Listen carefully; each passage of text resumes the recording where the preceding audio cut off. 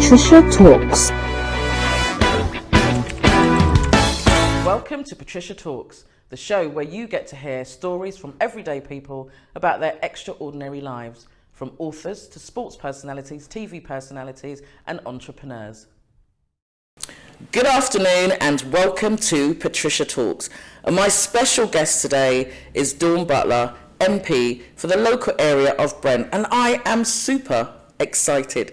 Dawn, thank you so much for joining me on Patricia Talks. Absolute pleasure. So you know that I've been trying to get you to have a conversation with me and the local community so we can find out more about who Dawn Butler is. So you and I met a couple of years ago, but more recently I found out some information around your background because of your book. So I want to start at the beginning. I want to start about who you were born to, when and where. My parents, both from Jamaica. I was born in Forest Gate, East London. It's now a car park. You know when you get You know when you're getting old, yeah, when where you're born as a car park and your school is a supermarket. So it was a hospital and it's now a car park. It's now a car park. It's a car park at the back of the Civic Centre in Newham. So I'm probably sort of East Londoner in terms of, you know, where I was born. And that's kind of the beginning, if you like. Born to parents of Jamaica. Yeah. And your hospital's now a car park. So East End, how did you end up in northwest London? Really, politics brought me here. So I was a trade union official, and so I used to work in Hendon. Okay. And then when I stood to become an MP, and that's sort of a long story. So politics wasn't my bag. So it wasn't the kind of thing that I wanted to do. I didn't dream of becoming a politician. I was very happy in the job that I was doing. And somebody said, and this is in the book, I think, so I talk about it in the book, and I sort of go into details to how the process worked, how badly I was treated at times, and I talk about how I don't lose, I learn. So when something happens, I take my learnings from that, which, you know, it hasn't always been the case, because sometimes you just vex, right? Yeah. So you have to turn that vexatiousness into something that's going to drive you and power you forward. Yeah, I love that, because there are some things, especially in the role that you've taken on, that you just have to find a way of dealing with it because it's there and it's real. I think one of your first experiences, and I love the description, is about your visit to Jamaica as a child. And most people come back from the Caribbean talking about lots of things, but they nearly always talk about the cockroach. So tell us about your experience with the cockroach in Jamaica and what happened when you came back to the UK. So this is probably one of like the first lessons for me, when you know something to be right and true. Somebody's telling you it's not true. You can't square that circle. I didn't have the words. I didn't know how to. But how old are you? I think I was about 5 years old. Oh. Yeah. So, and I was proper fearless tomboy though. Do you know what I mean? Like, I was proper fearless. And I remember, and I was at school, and then back in the day, they used to have you at the front of the class after the summer holidays, and they would say, what did you do for your summer holidays? I think they still do that, you know. Do they? People's business, yeah. I don't think they did that anymore. Oh, don't they do it anymore? Well, I thought because, you know, some kids might not do something exciting, so it might sort of highlight. Okay. Yeah, so I didn't think I don't know, but maybe some schools do, but I thought they didn't do that anymore. And so everybody, you know, got up at the front and said whatever. And I was debating what I was going to talk about, right? So I could have talked about, because I ended up in hospital when I went to Jamaica. Oh, really? Yeah, because I love mangoes. And so all I did was eat mangoes morning, noon and night. Oh, yeah, you were saying that. And so I ended up in hospital because I overdosed. I literally overdosed, and or the sugar in my blood, so I overdosed. And I have never heard people overdosing on mangoes. I overdosed on mangoes, and I still love mangoes to this day, so that's quite cool. But So yeah, Mum had to take me to hospital. So I could have talked about that, but I didn't. So I decided to talk about one night I went to the outhouse, to the toilet,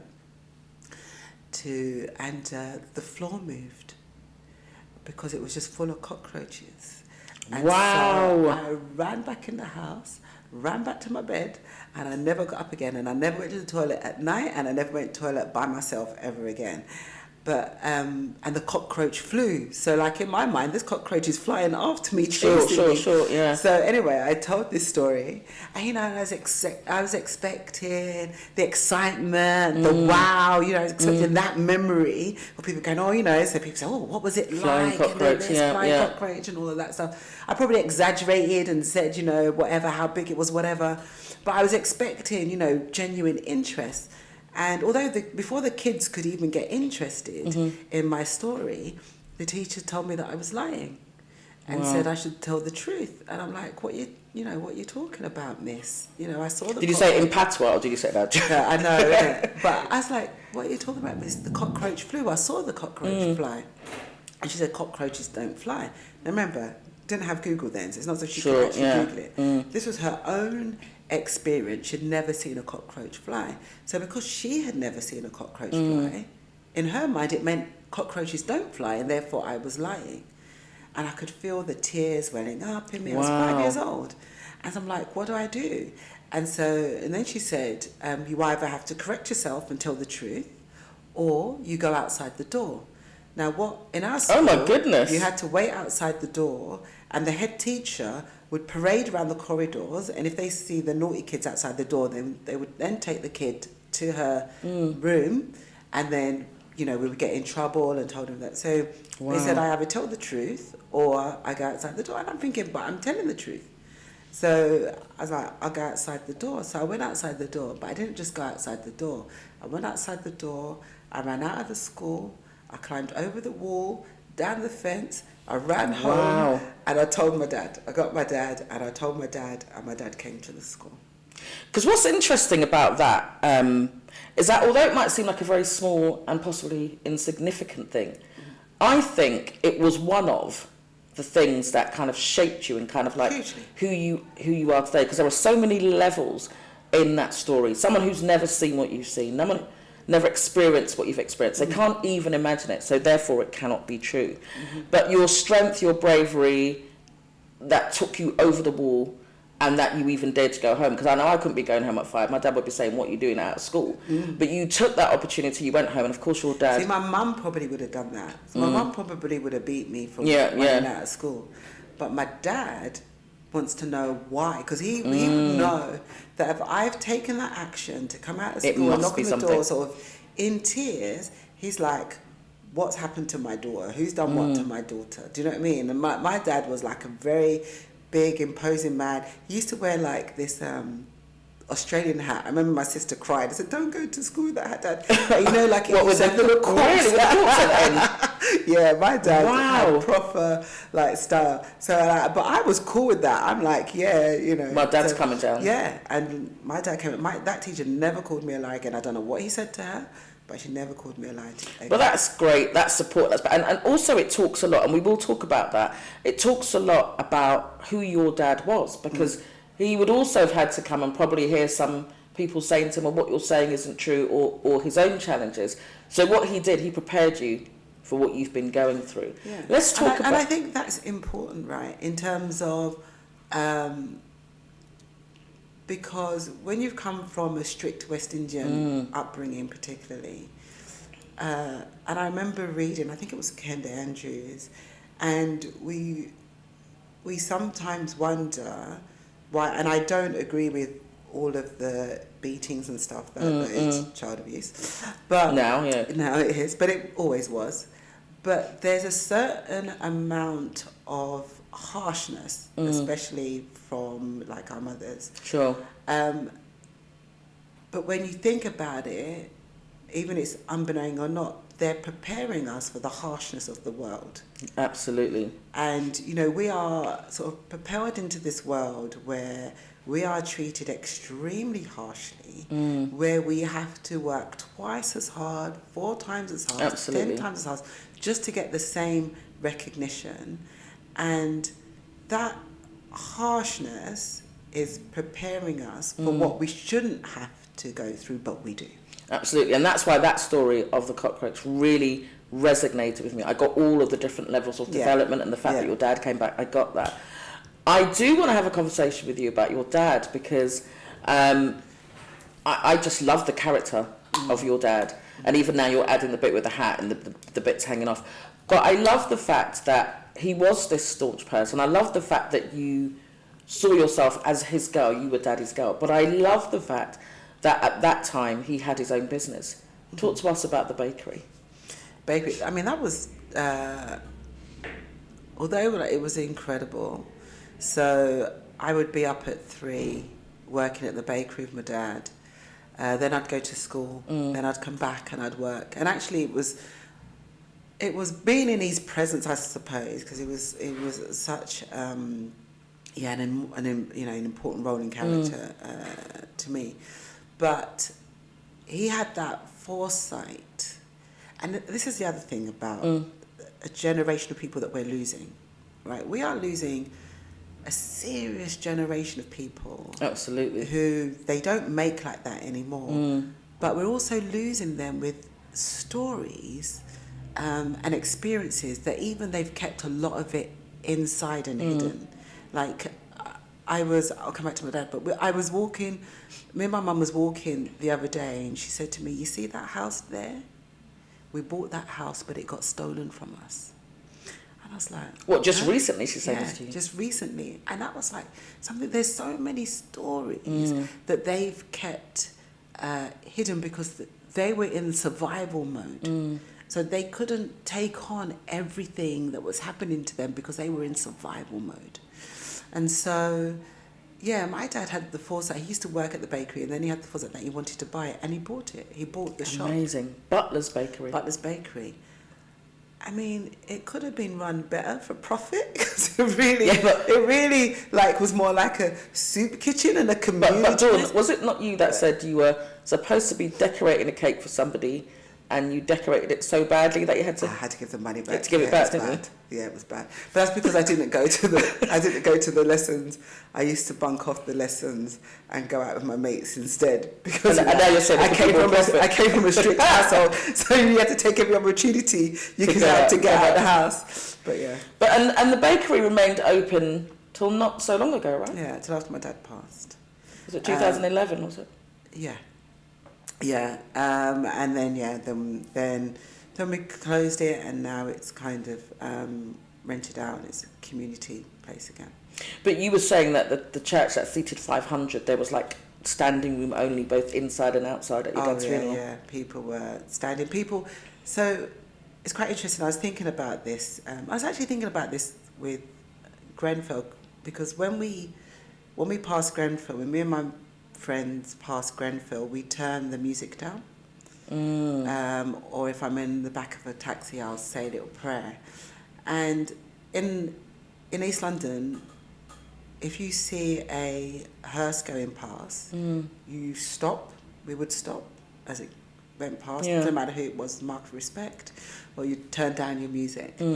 And yeah, it was like that for my dad. People lined the streets. They lined, oh my God, I get emotional. They lined the streets of the bakery. Yeah. I mean, it was incredible, yeah. That is fantastic. Thanks for sharing that, because I really felt that was really heartfelt for me, because like you said, there are so many of our elders who've come here and they've made such a significant difference. So thank you for sharing that. And we'll never know the fullness of their struggle. Absolutely. And that's the thing. And I also love it because my dad was a baker. We didn't have a bakery, but my dad was also a baker, so I quite liked that. Did you make hardo bread? He made he used to tell us stories about brown bread. He said actually brown bread is not good to eat, because when the white bread is just like left over, they scrape that all in and make it. Anyway, that was my dad's story. So he tell us we couldn't eat brown bread. So that was an interesting story. But I just love the fact that your dad had a bakery.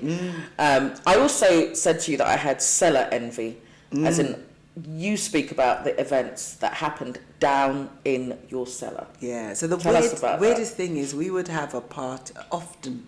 we would have any excuse, we would have a party. So my dad was also a musician. So down the cellar, he used to put egg boxes on the wall to help absorb the sound. Yeah. And so, you know, they would rehearse around there. We had, I was in a band. I learned to play the bass, yeah. And I wasn't really the main singer though. But you played the bass. Our song was called Pick Up the Broken Pieces. Wow. And we had that. But we used to have parties down there. Wicked parties down there. Because that was the thing. I was like, I want to have parties in my cellar, in my previous time, like not now. It just sounded so wonderful. And also, it was a lot to do with the fact that as a people, back then we weren't allowed to go into the clubs and the pubs, and so I really have this admiration for those that created spaces so that we could socialise as a community, people coming from the Caribbean, etc. So that's what upsets me when I see, especially sort of young people, wasting their hard fought for freedoms. Do you know what I mean? Doing foolishness, because there was a time when you couldn't go places, you couldn't do certain things. And so, we had to, as you say, we had to create those spaces. We had to create an environment where we could flourish, where we can grow. We had to have a partner because, you know, the banks wouldn't take our money. So they used to have a partner where, you know, everybody put in. And then when you got your draw, which is when you got your money, when it's your term, almost like a pyramid scheme, but without the con. You know, the pyramid, when, you know, you get to the top and then you never see you again. The thing is, with the pyramid, if you're not first in, don't go in, right? That's not worth it. Don't go in. If you're at the bottom rung, don't go in. There's no guarantee. But partner was good. Yeah. And it meant that your dad and your parents saved, and like you said, they bought a house that was stolen from them, but they had the bakery, and that was great. And what a significant character your dad was. Talk to us about your mum. Your mum was a nurse, right? Yes, my mum was a nurse. She was the strict one. But the interesting thing was, I mean, her networks were phenomenal. Really? So you're talking about, also before the days of mobile phones, why does she know what I got up to at school or what time I was getting home? Do you know what I mean? Oh, yeah, that was a different kind of Wi-Fi, wasn't it? That was a different kind of Wi-Fi, for real. Physical Wi-Fi. It was like that story got home before you did, right? Before I did, you know what I mean? So it was,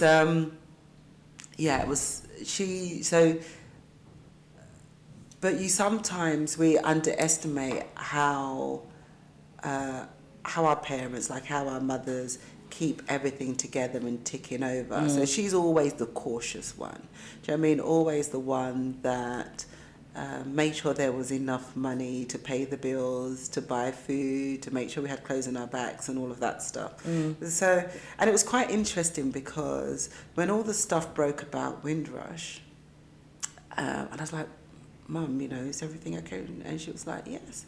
And she remembered that it was 50 quid, which was a lot of money back then for neutralisation. But she made sure that she paid that money and that, you know. So she was good. So she was good. And there were so many of our parents that didn't know about it. But why should they have done? That's the whole point. Like, it would have been like, well, actually, she came over on a British passport. Yeah, and who called me? Yeah, so why did they have to? They shouldn't have to neutralise. They came over on a British passport. So you shouldn't have had to have done that. Because there's that saying, isn't there? Something, you called us, we came, something, and now you kind of just want us to go back. Kind of that, you know, that's a whole show, right? Yeah. And maybe we should do that one. So your mum and dad, amazing. You've got 2 older brothers, is it? You've got some older brothers? 4. 4 older brothers. Yeah. Dawn, about the age of 14, was it you found out that you were a twin? Yeah. What was that my like? mum said to me, I remember I was in the kitchen, and she did. I mean, some people listening might not know Jamaican parents. Yeah. You know what I mean? You might need a bit of a head start. Jamaican parents are not easy. Yeah. They're not easy. So, you know, she just turned to me and said, Dawn, you know, you was a twin. And, you know, I'm like, no. what? You know what I mean? What do you mean? You know, what? thought, this is big information, and she's cooking, and it was just like a throwaway comment. And you were about 14, right? I think I was about 14, yeah.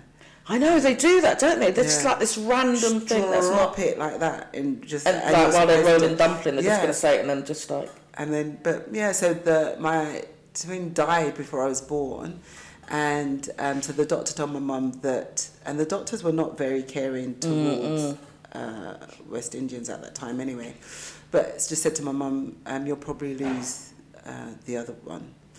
And I was look how you're big and strong and strapped in. And I'm here, yeah. Blessed, that's wonderful. Because I just think that would be such a shock to just find out. Actually, could you imagine? There could have been two of them. I'm just going to say, could you imagine two Dawn Butlers in Parliament? Dawn Butlers.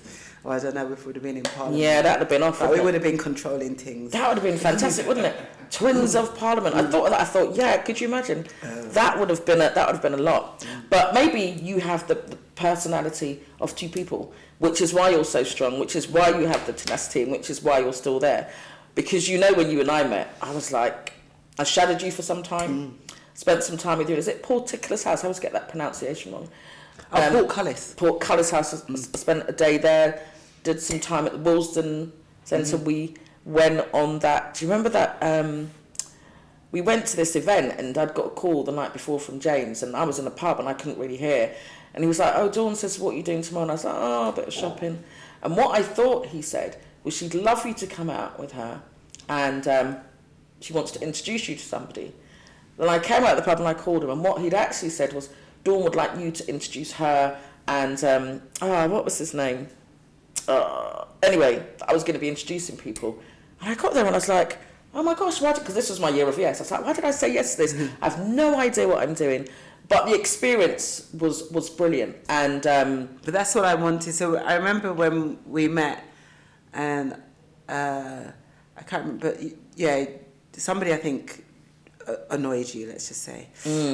And I was like, and I wanted for you to see your power and potential. Do you know what I mean? Bless you. Because I knew that was there, and I knew that whatever these people were doing, trying to hold you down, that you were going to survive this and come out of it bigger and better. So because I do. I see a lot of you. I see a lot of me in you, but I don't. There's an edge that you have that I don't have. I would be in for 2 weeks and I would be out probably. But I understand that we need you to be there, and I want you to probably think about. So you saw that.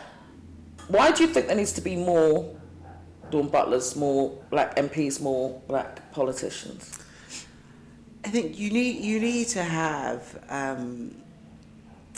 that tipping point, right? So there was a time sort of back in the day, and basically back in our parents' days, where there was this common thinking that one is enough. Do you know what I mean? Like as long as you got one round the table, it's enough. Yeah, and often that one person also bought into that and felt that they were enough. Do you know what I mean? Like I need to be the only gay in the village, or I need to be the only black person in the village, because anybody else sort of dilutes my power, my brand. Because that's completely the wrong way to think about it. You need more people around that table to strengthen your position, because you get tired, right? It is a lot to take on all of the micro and macro aggressions that are thrown at you all the time, and it will wear you down. And there needs to be, no matter if you've got allies, which is amazing, some people don't believe in allies. I do. I think allies are really important, and I think we should be helping and looking at for people who do not look like us, or not of the same gender, sexuality, whatever. You should be looking to help others, right? So I believe in that. But you also need to have people who you don't need to explain shit to. Yeah. You need to have people who you can just do the nod and then the look, absolutely. Because I think that's one of the things about being in that space where you feel like this space isn't for me. I have to explain rice and peas. I ain't got time for that. I just want you to know when I say I'm having rice and peas, I ain't having peas and rice. I'm having rice and peas. And they're not green peas. Yeah, they're not green peas. And you don't want to have to answer. Can I just ask you, Dawn, how much of that hair is yours? You know, it's that one. Yeah. Is that all of your hair? Someone said to me once, it must be really difficult sleeping with your hair like that. Only if someone else is sleeping on it. So, you know, we get all of those, and I understand your level of sometimes. And sometimes it's okay. Like, sometimes it's okay to, like, it also depends on our moods, right? So sometimes I don't mind explaining to people that this is all my hair. And I don't do it every day. Like, I don't get up early in the morning to lock my hair. Every morning. Every morning. I'm doing it. Well, how long are you going to let it grow until? Are you going to? Are you going to cut it is one thing. Everybody asks me that, am I going to cut it? But Yeah, interesting. So, Dawn, tell us how you had amazing parents. Your dad was a baker, your mum was a nurse. She was a staunch one. Parties in your cellar. I've got cellar envy. And I run a good party. You run a good party? Yeah. I put on good parties. I do a Jamaica party every year at Labour Party conference. So is it invitations extended? I don't. But it's for Labour Party members. And what happened was, like, I was kind of tired of the events, and I'm like, you know what, I can do a better event. And people were just like, oh yeah, but it's not really going to catch on and all this.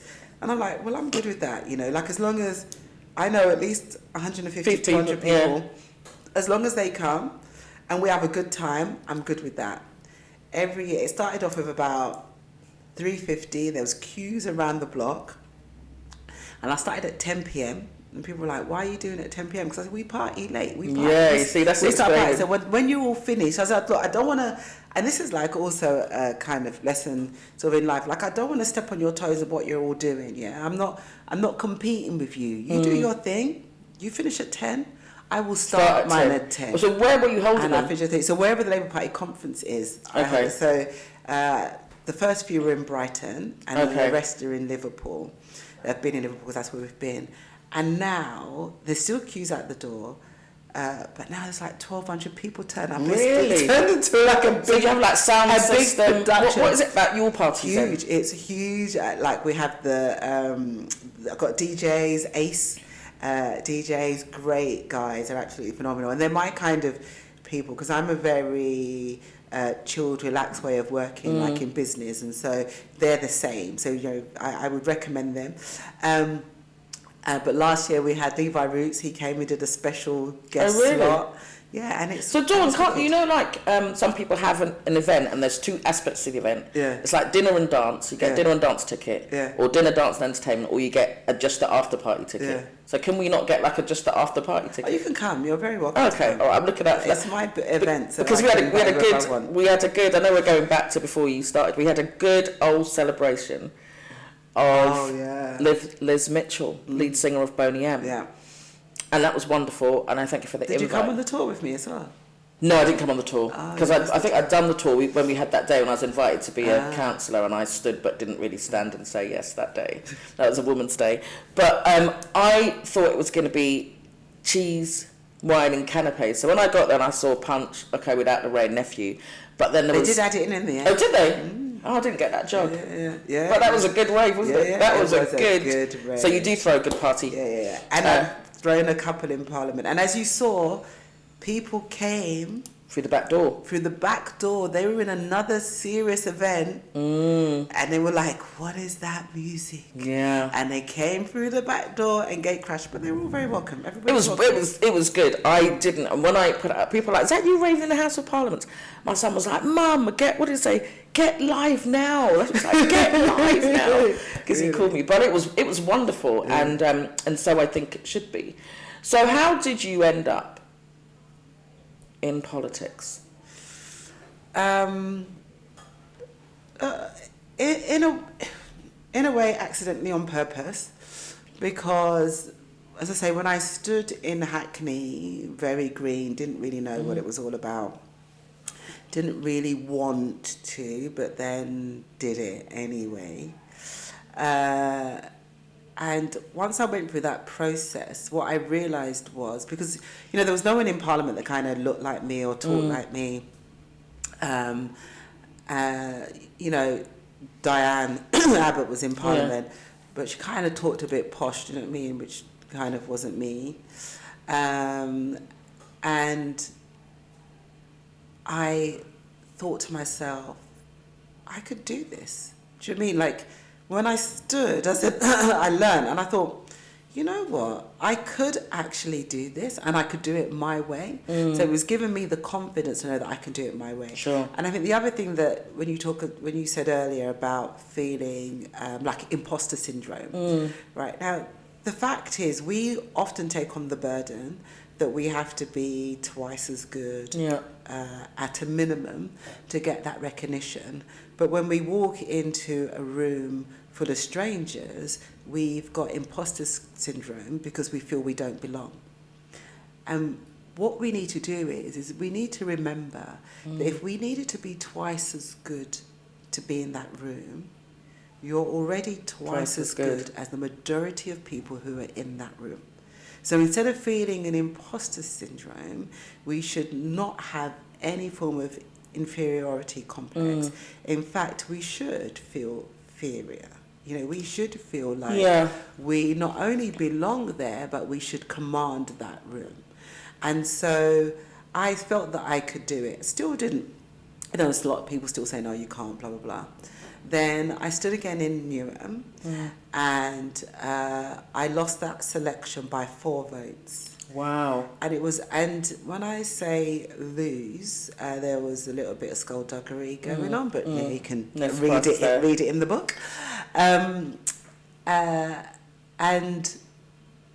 I then thought, that was it, I'm done. I'm giving up.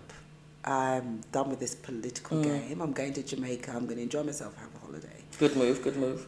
And then Paul Barton decided he was going to step down. Now, politics is very much about luck, skill, and talent. So, you know, sometimes people have all three, sometimes they don't, right? Sometimes people are... Is it about strength as well, though, do you think?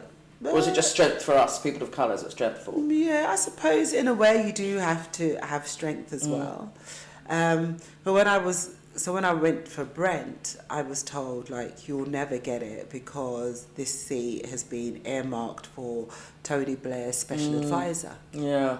And so you hear that and you think, and that was supposed to scare me, right? Because obviously Tony Blair's special advisor's got all of that help, all of that support. And you haven't. And, you know, and I haven't. So my help was growing because I've stood a couple of times and people saw sort of who I was and was like, yeah, this is a good, solid socialist Londoner who would be pretty good in that role, right? And people know that because you do door knocking, right? Do door knocking. You know, you have to know. So for me, I'm used to hard work, right? That is how I've been brought up. And so while they were all doing all the publicity things and TV and all of that stuff, I was just knocking on doors and talking to members and saying, look, I'm standing, will you vote for me? And I knocked on every single member's doors, and I was knocking until late at night. Yeah. And when it came to the selection, because we have to win a selection, I won with over 50% of the vote. Yeah, that's right. Yeah. People were, you know, I saw the establishment, the party establishment, just collapse in front of me because they couldn't believe it. Yeah. The thing is, Dawn, you know, we do have this bravery, but has there been a time, like maybe, I don't know if it's your first time when you go into a certain place, like Parliament or whatever, did you go in there having decided yes, and go in there and think, oh, actually, I'm a little bit nervous. I didn't think I was going to be nervous. I thought I could do this. Were you nervous, or did you just take to it, as I say, like a duck to water? Did you just tell us about? No, it depends. Like, and somebody asked me the other day, what stopped me from giving up? And I said, I have given up, but you just haven't seen it. I love that. Like, I've given up, and then I get over it and I come back again. So you don't have to see every time I give up. Do you know what I mean? Because you've had a lot of things happen to you, so we don't see you give up, and I only know about some of your possible give-ups or feel like you've given up, and maybe actually it's not really a giving up. It might just be a moment in time, because things like. But can I just put a little caveat to that? For black women especially, we're often not seen as vulnerable or to be cared for as much, or our pain and tears are not considered as much because we're considered Strong. to be strong. Black women, strong black women. And so sometimes, and I did a whole thing, I had a theme for this year. Every year I have a theme, and I've actually not worked out my theme for this year yet. But one year I had this theme about how black women need to be vulnerable in public and learn to cry. Because, there's too many times when we've been discriminated against, and we're like, hang on a minute, but we're being discriminated against, and the person that's discriminating against us is crying their eyes out, and they're getting the comfort. You're like, why are you comforting? Yeah, I've seen that kind of reverse psychology. So I'm saying, start bawling. If they're crying, you cry. Do you know what I mean? Let's all cry together. Now who are you going to put your arm around now? But isn't it that like you said, we learn that, don't we? We learn that from our parents. Yeah, because you learn we that have from to your be dad. strong. Yeah. You learnt it from your mum. I learnt it from my dad. Yeah. Learnt it from my mum. You must continue, because we're constantly in fight mode. I want to talk to you about that, about being strong and how you move on from that. And I want to do that in the way of talking about a song by Labi Sifri. And my theme tune. Your theme tune, which is also, I think I play that almost every week on my show. I love it. What does that song mean to you? What does it do for you? That the higher. Yeah, so I've got a thing where, so I feel that everybody should have a theme song, an empowering song that empowers you in your lowest, darkest moments. And you should have a way that you trigger it. So I sometimes do this, like I just touch all of my tips of my fingers. And you should find a way to trigger it. So, and the thing is with that song, which has been my theme song for many, many years, and I'll come back to the song, but so when I stood for deputy leader, I did a lot of going around the country, speaking to lots of members, and I would recite the words of the song. Wow. And somebody decided they were going to take the mick out of me, and they pieced together me reciting the song in all different places and then put it out there. And I can't remember what they said, and it might have been, I can't remember, but some stupid racist that don't like me, right? And they would go in and look at her, look what she's doing. And I was just like, well, thank you so much for piecing together like my body of work. And I said, I wouldn't expect you to be culturally aware enough to understand the significance of this song and just chucked it right back in their face. But so the song, the words are, so the higher they build their barriers, the taller we become. Absolutely. The farther they take our rights away, absolutely, the faster we will run.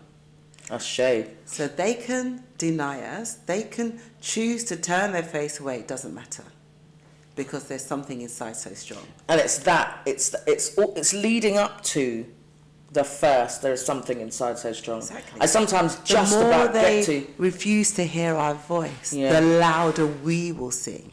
Absolutely. Do you mean? It's powerful beyond words. Fantastic. And when you play it and you think about it, I often have to go back to the start again because it's so significant. And when we were at that conference or we were in that event and I heard you say that was your song, I was just like, maybe I'm supposed to be here. Because why is that your song? Why is that my song? Why do I feel like... I don't remember where we were. I thought it was Chinatown or something. But anyway, we're at this event together. And that is such a powerful song. And it's powerful because I'm thinking that's the thing that keeps the likes of you and I going. Yeah. Because there are going to be many challenges. Yeah. And it's sometimes, I don't know for you, you might want to take to your bed and lie down. But that song, those words are going to help you to stand. Another coincidence is Phenomenal Woman, the poem by Maya Angelou. I've recited that so many times. You did an actual tour. Talk to us about the Phenomenal Woman tour. So my mission that year, and I think I was Shadow Secretary of State for Women, was to go around the country just empowering women, just like helping women with tools and giving them their own power. And so I went around the country and I did this Phenomenal Women tour. We had a conference, and so many women come back to me and say, thank you, Dawn. You know, I stood for a counsellor, I stood for this, I stood for that, I spoke up, I spoke out. And that's as a result of the tour. As a result of the tour. Yeah. And that's the thing sometimes. Sometimes you just need that. Sometimes you need a shove. Sometimes you need a gentle nudge. Sometimes you need a push. But if somebody can plant that seed, and if people can see that, even though you're not the chosen one, like I've never been the chosen one. I've never been the person that, Well, you've been elected. The hierarchy have wanted.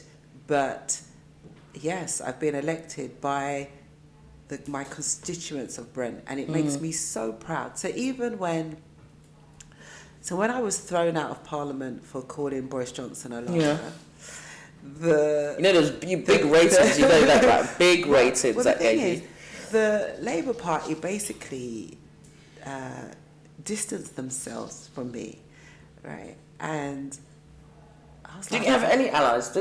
Well, not like not like people within the party, not like the main people within the party. And I was like, but he is a liar. But anyway, but he's lying. It's like, this is weird.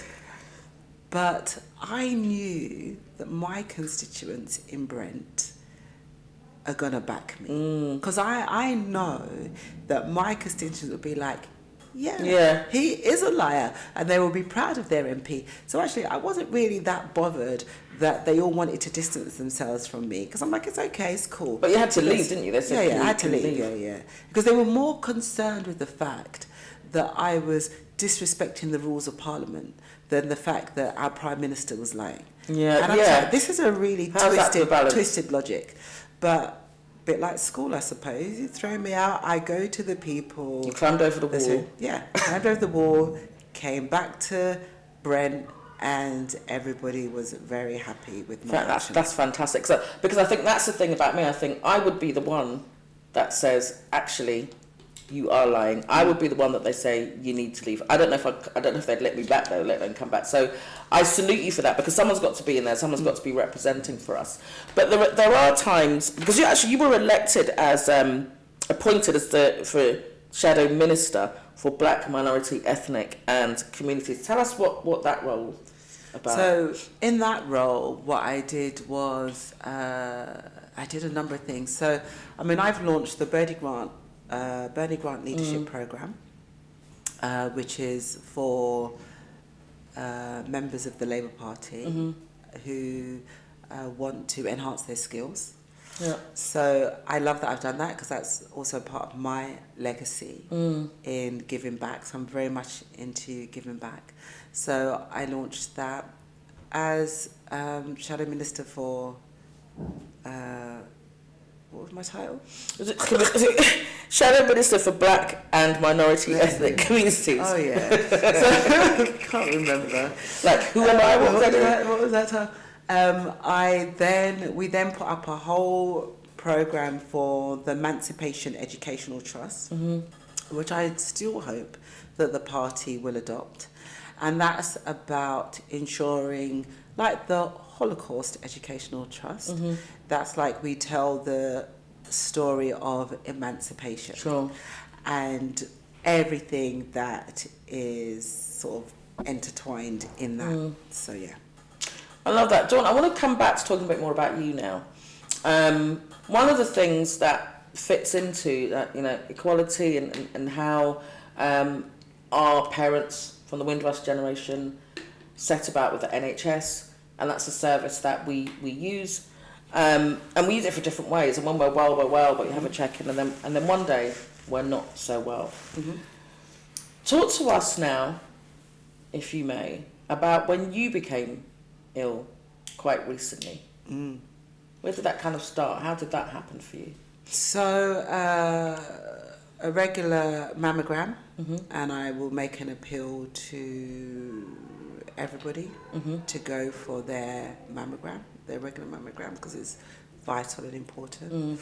So I had a mammogram, and it revealed that I had to have a biopsy. So I remember, so I went for a mammogram. I remember when they did it on my left breast, it was a bit painful. And I was like, well, this is a bit painful, but anyway.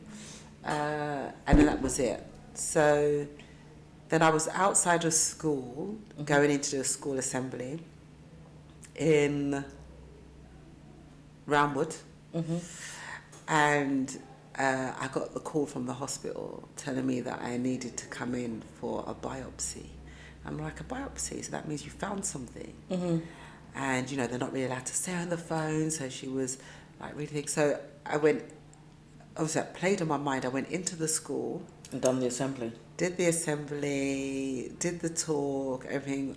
I mean, I love doing schools in Brent. Our Brent kids are so talented. It is incredible.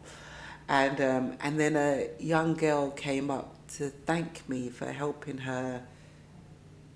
Oh God, I can't remember what her case was, but she thanked me for helping her and her parents' case, and I just burst into tears.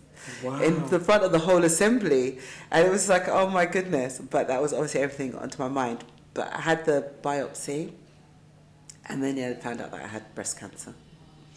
That's tough. And to touch on the school assemblies, how important is that for you? Because I've seen you in several school assemblies, and now I remember that's where I met you, because my youngest son was so excited about a visit that you did to his school that he came up to you and asked you for a visit.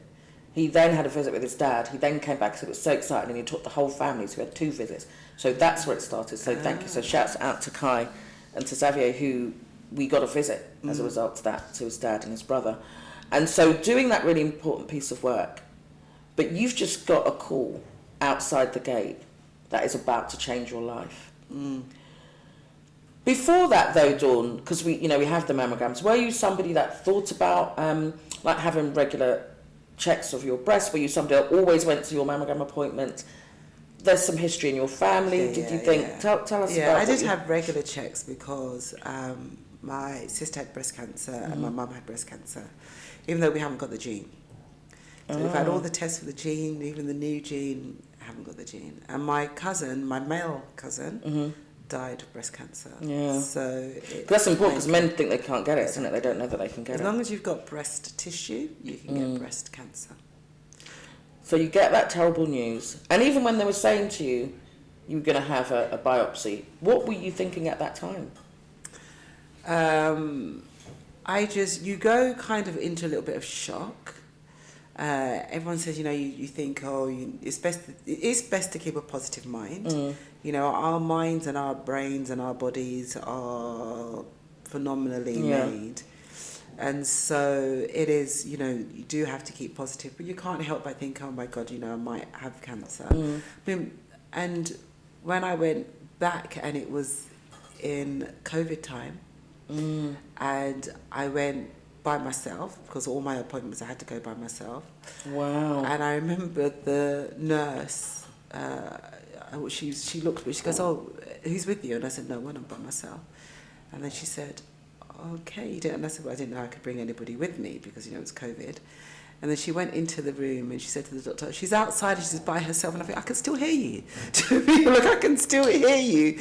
And so I kind of braced myself because I thought it's going to be bad news. Oh, my goodness, Dawn. And I sat there, and then they said you had cancer. And so you had to receive that news by yourself? By myself. And my first thought was, I'm going to die. My second thought was, I'm going to lose my hair. And my third thought was, I haven't finished yet. It's amazing. I love that I haven't finished yet. I even love the importance of hair, because here's the thing, right? It's like, how am I going to have no hair? But how those two followed, the thought, I guess, that most people think first. And it's important that you share that aspect around, oh yeah, she's outside and she's on her own. Because sometimes there's little thought or little resources, I don't know what it is, where we don't get the thing that we need at the time that we need it. And I've been doing some work around how we change some of that, because it was COVID and maybe that's a different thing, but it's how we prepare people to give them news like that. How many people come on their own not knowing that that's what they're going to hear? And it's interesting about how your thought. I love your 3 thought processes and the order in which. Because the thing is, when we go back to the kitchen when my mum was cooking and said, "You was a twin." You're a twin. Yeah. She also said that I was born to do something special. Amazing. So when I think that, one of I haven't finished yet, because I don't feel I've done everything that I want to do, that special thing.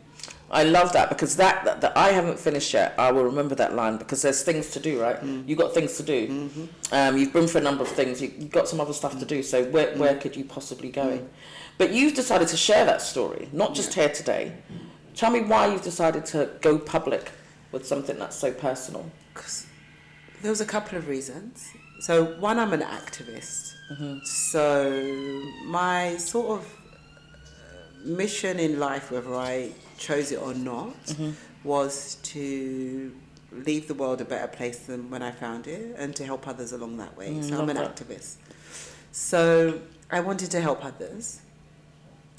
And I was also continued working and didn't tell anybody for quite a while. Who was the first person you told?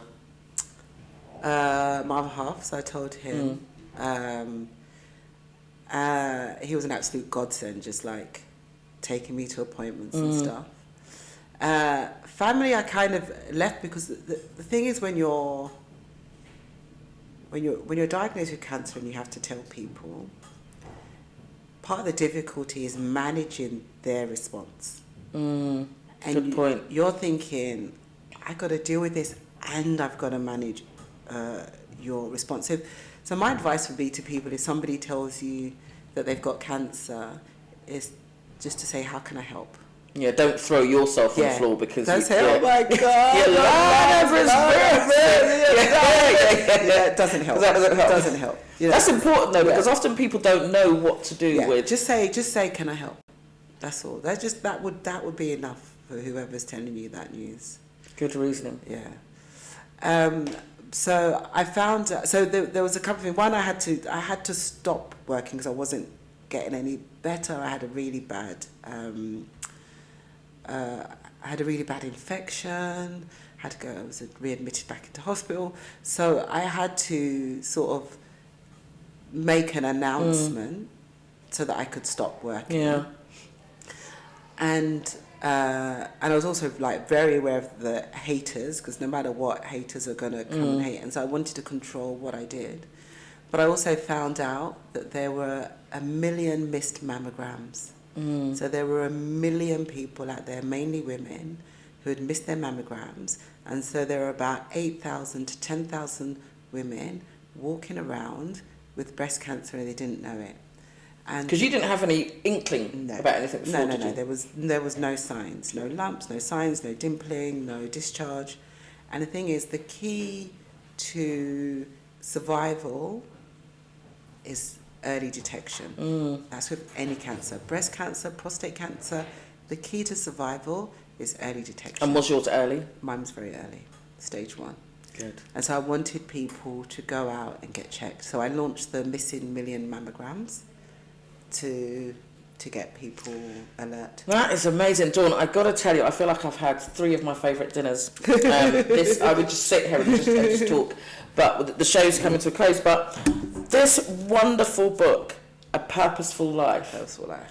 I have to say, our interaction today, reading the book, guys, you need to get this book. It is really, it is funny in some places. And I mean, the story of the cake, when you never finished the cake, I thought that was funny. The fact that you jumped I'm actually better at decorating cakes now. Yeah. So do you take orders? No. Actually, I haven't even decorated a cake for ages. I'd like to do one, actually, yeah. But this, I think, is great. The story of the flying cockroach, it's great. You dared to say to Boris, you're a liar. You got stopped by the police. You've had your own story. We didn't your even experience. touch on the police. We didn't even touch on that. Yeah. And I think what surprised me most about that story is not just that you got stopped, but the backlash. Just tell us very quickly about it, because there's some odd responses. Oh, wow, hilarious.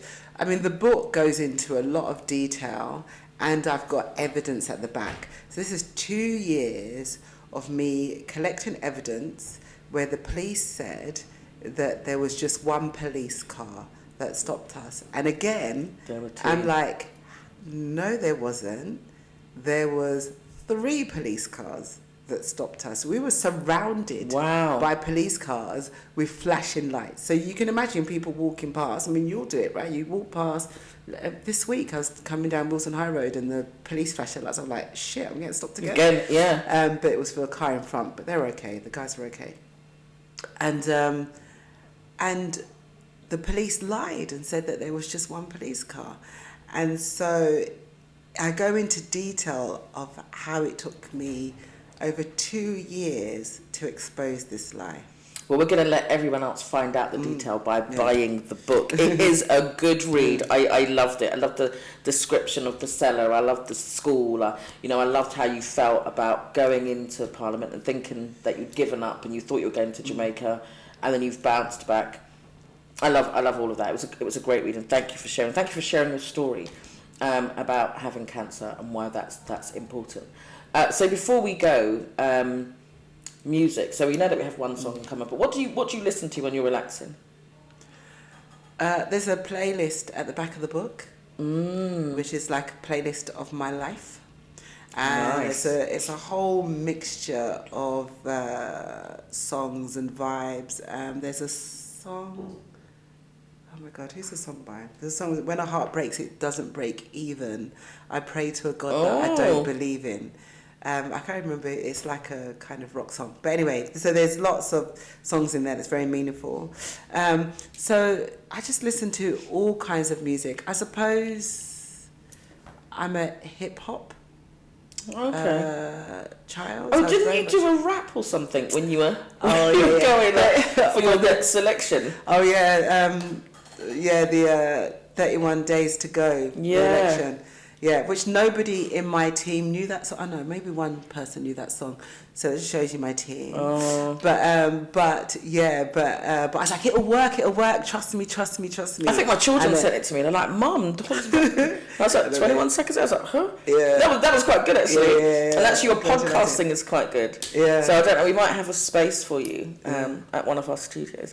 But listen, Dawn, you've been amazing. Thank you so much. An absolute purposeful life. Everybody, you need to get this book. I'm going to have a signed copy today. You're enjoying it. And I'd love to spend some more time with you, finding out more about your life. It was wonderful. I'm nosy like that. But it has been fantastic. And I'm waiting for the after party ticket to the rave that you've been having. Yes, I'm actually going to do it. I was planning to do a Jamaica party in March. I just haven't got around to organising it in King's Cross. So when that happens, we'll work it out. Hook me up. So guys, this has been Patricia Talks, my special guest, Dawn Butler. I've had an absolutely amazing time. See you next time.